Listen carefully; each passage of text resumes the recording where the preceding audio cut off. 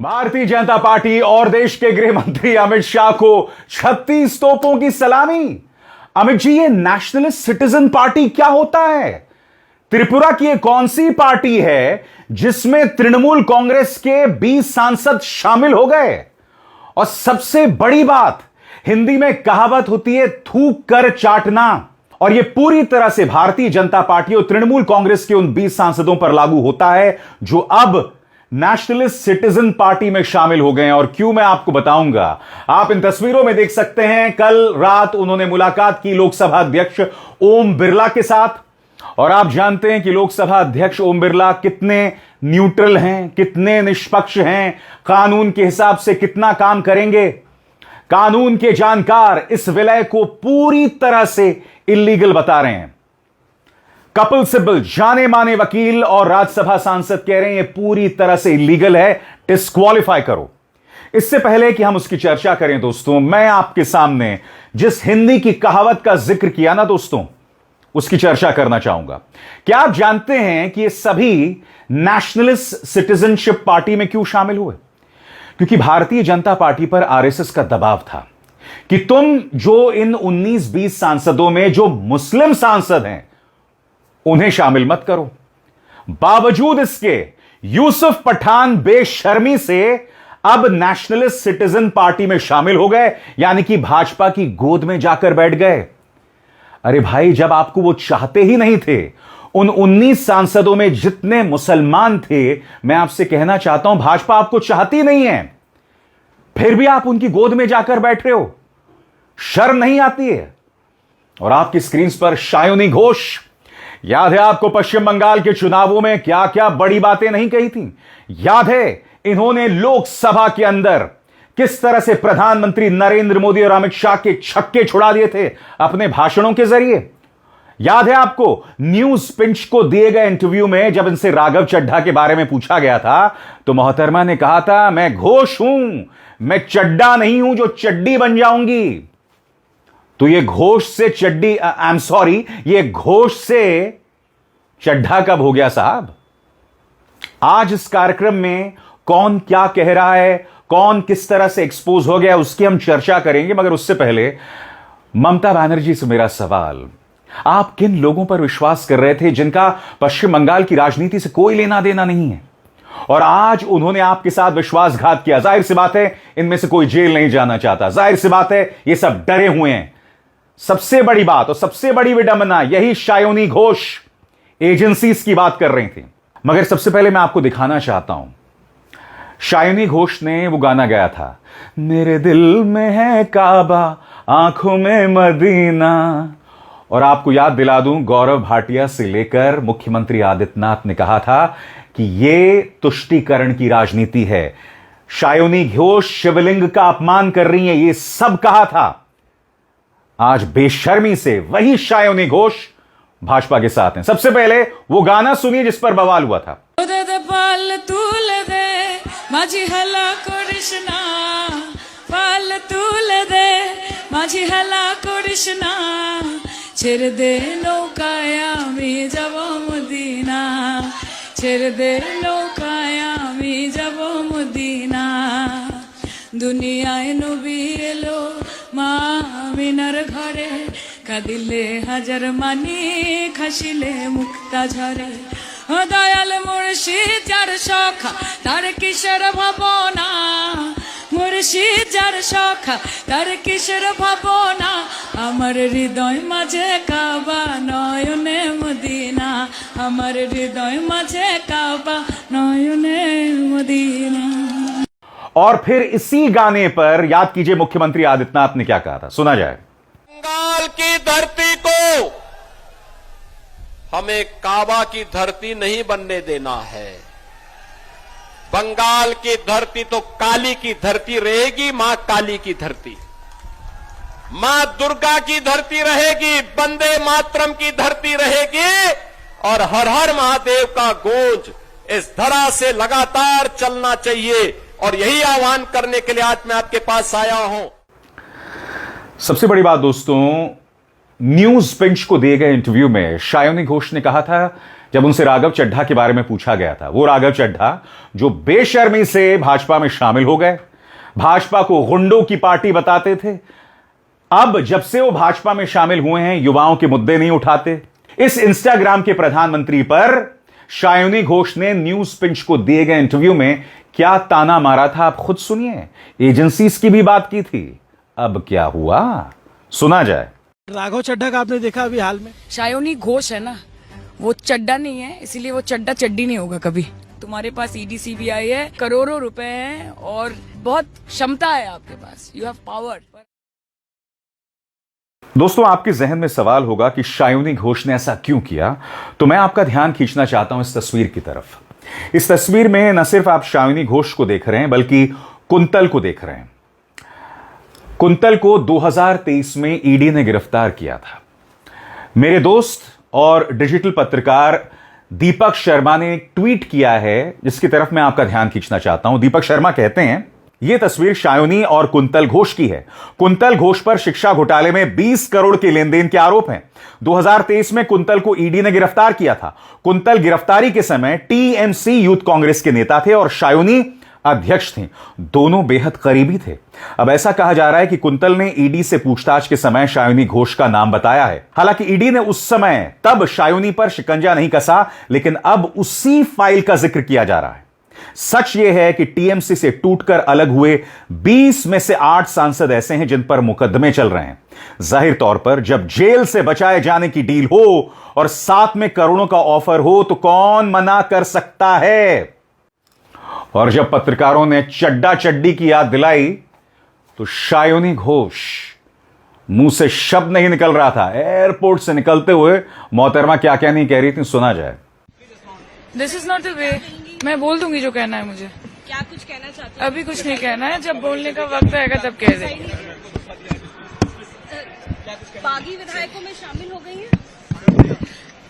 सब पता चलेगा आप लोगों को। नाम से आप लोगों को पता चलेगा जब वक्त आएगा। ये बोल रही थी। देखिए, आपको चड्डा नहीं हुई है। मैं आपको जवाब नहीं दूंगी, मैं जवाब सिर्फ अपने क्षेत्र के लोगों को। लोग आपकी बात सुन रहे हैं शायोनी जी, ये आवाज आपके लोगों तक पहुंच रही है, क्या कुछ आप बताएंगे? आवाज आगे भी पहुंचेगी। चड्डा नहीं हूँ, चड्डी बन जाऊंगा, ऐसी बात। शायोनी जी, आपको थोड़ी तो शर्म आती होगी ना।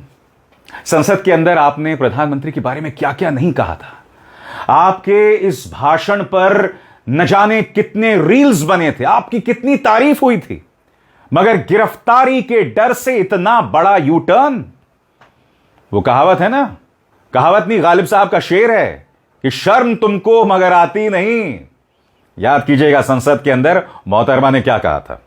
सर, इनके बुलडोजर के चलते मैडम भारत के लोग सवाल पूछना भूल गए और भारत की जनता आजकल इतनी भूखी है कि खाने को धोखा भी खा लेती है। पहले आम आदमी पॉकेट में पैसा लेके बाजार जाता था और थैली भरकर सामान लाता था, लेकिन अमृत काल में आदमी थैली भरकर पैसा लेके जाता है और पॉकेट में आलू टमाटर प्याज लेके घर वापस आता है। प्रदेश युवा अध्यक्ष होने के नाते मुझे हर दिन कई नौजवानों से बात करनी पड़ती है। वो मुझे ये पूछते हैं कि मोदी जी ने हर साल 2 करोड़ नौकरी का वादा किया था, अर्थात 10 साल में 20 करोड़ नौकरी। उन नौकरियों का क्या हुआ, उन वादे का क्या हुआ? मैं बस उन्हें यही कह पाती हूँ कि पत्ते तो झड़ते हैं, उठाता है कोई कोई। मोदी जी कहते हैं कि वो सबके साथ है, मगर ये आंकड़े बोलते हैं जो सबका होता है वो किसी का नहीं होता। और बंगाल के साथ तो कुछ अलग ही रिश्ता है इनका। The relationship is that of quid pro को।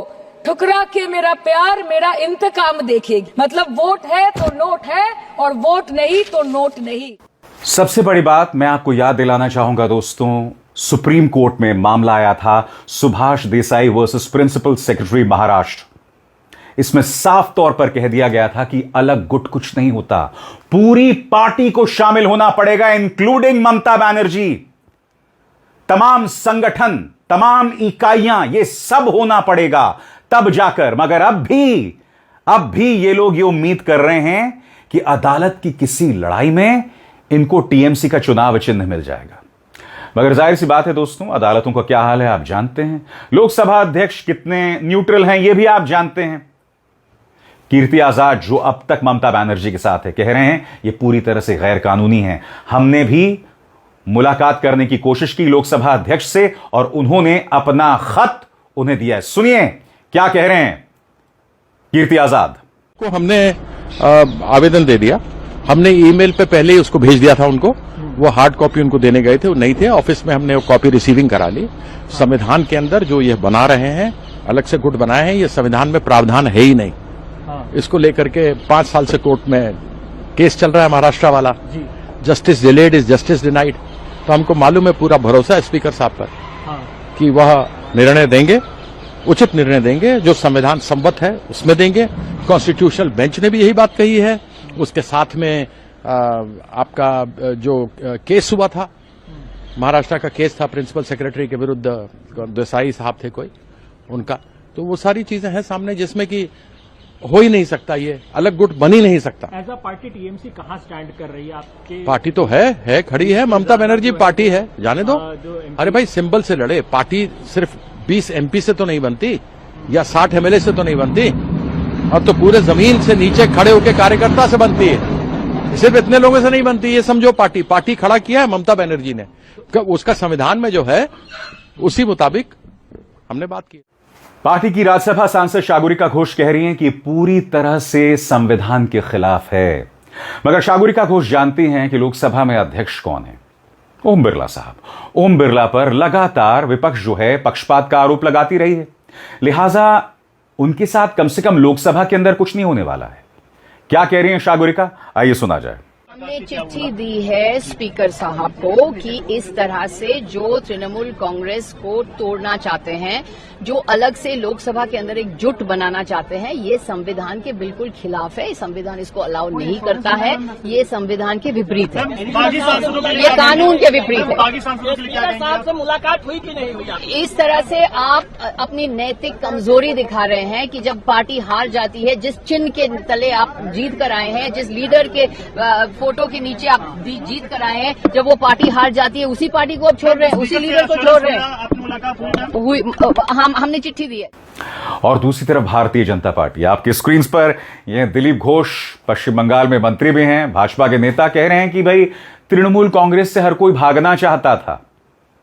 मगर सवाल ये दिलीप जी, आप उस शाइनी घोष के साथ हैं जिसने दिल में है काबा, आंखों में मदीना गया था। सबसे बड़ी बात, आपको उन लोगों का साथ लेना पड़ेगा भविष्य में, इंक्लूडिंग टीएमसी के बागी मुसलमान सांसदों का, जो अब नेशनलिस्ट सिटीजन पार्टी में शामिल हो गए हैं। हिंदी में कौन सी कहावत है दिलीप जी, वो थूक के चाटना ही तो है ना। सुनिए क्या कह रहे हैं दिलीप घोष। कोई भी एमपी जाके स्पीकर से मिल सकते हैं, अपनी बात भी कर सकते हैं। क्यों मिले, क्या उद्देश्य था, क्या बातचीत हुई है तो हमें नहीं मालूम, लेकिन ये बात सही है कि बहुत कुछ चल रहा है अंदर अंदर। देखते हैं उसका रिजल्ट क्या आता है। पार्टी रोई टूट रही है टीएमसी, अब उसका भविष्य क्या है वो भी समय बताएगा। नहीं, वो लिखित में दे दें, सारा बात को विस्तार से देख करके माननीय स्पीकर उसका निर्णय देंगे। अगर अलग पार्टी का स्वीकृति मिलेगा तो बैठेंगे, ये अधिकार उनको है। लेकिन ये बात सही है कि टीएमसी से सब लोग भागना चाहते हैं। इस बीच दोस्तों, एजेंसीज के जरिए लगातार तृणमूल कांग्रेस पर दबाव जारी है। अभिषेक बैनर्जी के साथ पूछताछ हुई।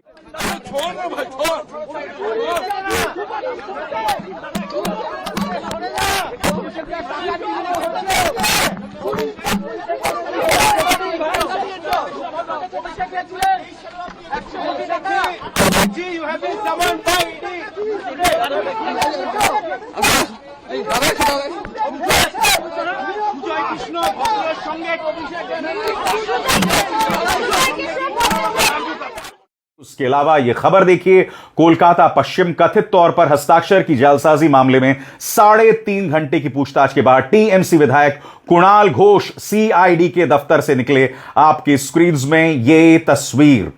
इसके अलावा बागी सांसद लगातार, इस तस्वीर में आप देख सकते हैं, भाजपा नेता भूपेंद्र यादव के घर पर उन्होंने मुलाकात की। बागी सांसद टीएमसी की काकोली घोष कह रही हैं कि हमारे बैठने का अलग इंतजाम किया जाए, हमने ये अपील लोकसभा अध्यक्ष से की। सुनिए उन्होंने क्या कहा। एआईटीसी से चुने हुए सांसद थे, एआईटीसी से हमारा जो नाराजगी है वो उन्हें बताए, अलग से बैठने का मांग की, और हम लोग कहा कि हम मर्ज कर रहे हैं। हम जो एआईटीसी के हैं, ये पार्टी हम मर्ज कर रहे हैं, nationalist citizens party, nationalist citizens party से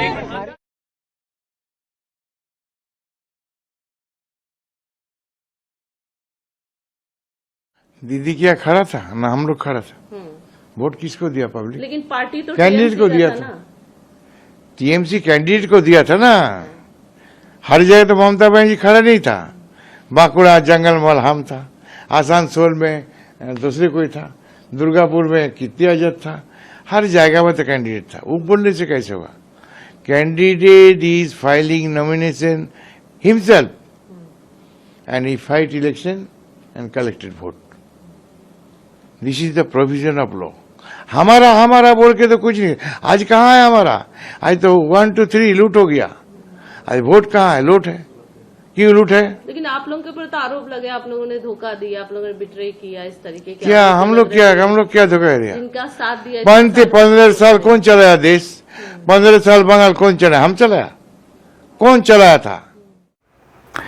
सबसे अजीबोगरीब बात टीएमसी सांसद सुदीप बंदोपाध्याय कर रहे हैं। उन्होंने यह तक कह दिया कि भाई हम चाहते हैं कि ममता बनर्जी हमें एडवाइस करते रहें। जाहिर सी बात है, इन पर दबाव है। अगर ये अब भी ममता बनर्जी की बात कर रहे हैं, इन पर ऐसा दबाव है जिसके चलते इन्हें कदम उठाना पड़ रहा है। सुदीप बंदोपाध्याय कह रहे हैं कि जब अदालत में लड़ाई पहुंचेगी तो उम्मीद है टीएमसी का चुनाव चिन्ह हमें मिलेगा। ये दो तरफा बातें क्यों कर रहे हैं दादा आप? सुनिए वो क्या कहा। नेशनलिस्ट सिटीजन्स पार्टी को साथ हम लोग मार्च करेंगे। कहाँ की पार्टी है ये? वो एक स्वीकृत पार्टी है रीजनल का स्तर पे। वो पकड़ लो कि दिल्ली के है। क्यों मर्ज कर रहे हैं सुदीप जी आप उसमें? ये सिस्टम है। तुम कोई पार्टी टू था लेके चले जाते हो तो पहले दिन ही तुम नहीं बोल सकते हो कि हमारा पार्टी को तुम ये नाम दे दो, क्योंकि एक पार्टी चलता है ना। ये पार्टी जब जाएगा और 20 जुलाई जब पार्लियामेंट खुलेगा तब वो पार्टी तृणमूल में आएंगे, तब हम लोग बोलेंगे नहीं हम लोग को भी तृणमूल दो, क्योंकि तृणमूल से हमारा 2/3 है। तब कोर्ट में जाएगा और कोर्ट डिसाइड करेंगे कौन पार्टी। हाँ जरूर। ओम बिरला जी से आपकी क्या बात हुई? बाद में तो जाएंगे ही। ओम बिरला से क्या बात हुई सर? ओम बिरला जी सब सिग्नेचर वेरीफाई किया।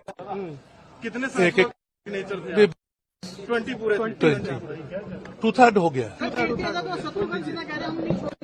जो रूल्स में कीर्ति आजाद और शत्रुघ्न सिन्हा सर क्या कहेंगे? कीर्ति आजाद और शत्रुघ्न सिन्हा के लिए क्या कहेंगे? वो नहीं छोड़ेंगे, वो कह रहे हैं। वो बिहार का लोग बंगाल का पार्टी के लिए ज्यादा सपोर्ट देते हैं। और प्रधानमंत्री नरेंद्र मोदी जी हां स्लोवाकिया की यात्रा पर फ्रांस से स्लोवाकिया पहुंच गए। और देखिए साहब, मोदी मोदी हो रहा है। मोदी मोदी किस बात का? भारत की लोकतंत्र को तार तार करने का। सुनिए क्या नारे लगाए जा रहे हैं।